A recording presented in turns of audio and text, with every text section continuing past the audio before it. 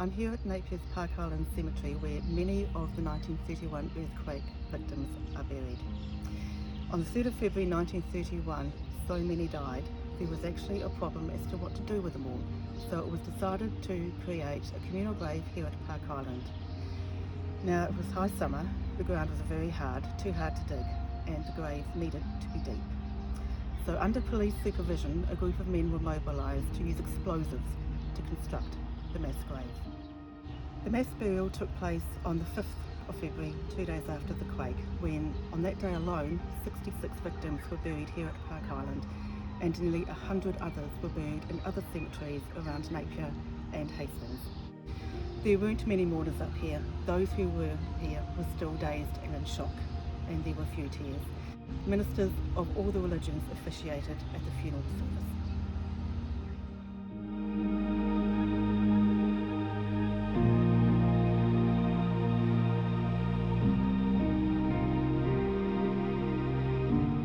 Napier was just beginning to get back on its feet when at the end of 1932, just 3 days after Christmas, the town was rocked by a new disaster. 31 men were on board the launch, the Doris, out in the roadstead, 28 of them watersiders loading cargo into 2 ships that were anchored out there. This was common practice when ships were too big to come into the inner harbour, into Port Ahuiri.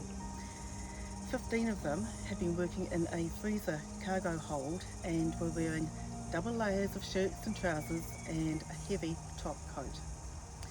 It was near midnight when they were coming back into port and, with virtually no warning at all, collided with the steamer Tuatu and were capsized.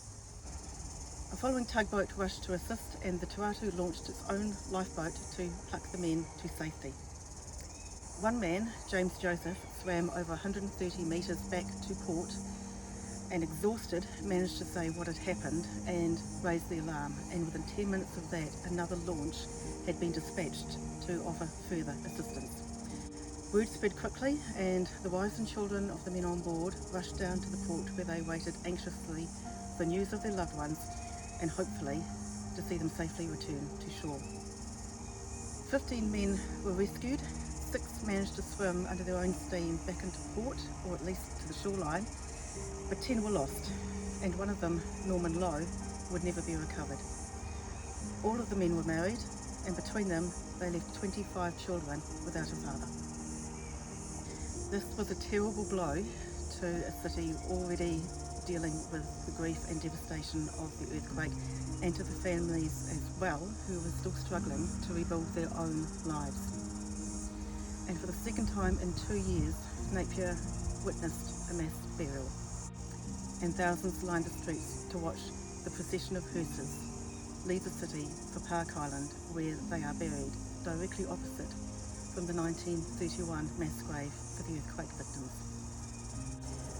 The Doris' owner, John Fenwick, who was on board the launch that night, paid for the funeral, what would have been about $20,000 in today's money, and the mayor at the time, John Viggobown, set up a public fund to help the families. But 3 months later, the 10 widows would bring a lawsuit against John Fenwick for damages. It was settled quickly, and he paid out over what would have been, in today's money, $1 million to the families, hopefully covered by the firm's insurance. He later said that he was very grateful that the families would not be destitute after such a loss. The Doris was, however, undamaged and was returned to Port Ahuiri the day after the collision. But no watersider would ever again agree to go out into the roadstead in a launch.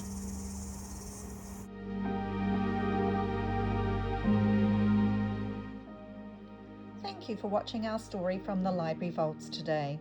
To learn more about Hawke's Bay history, come into Napier Libraries or visit our website at www.napierlibrary.co.nz. Stay tuned for our next dive into the Library Vaults.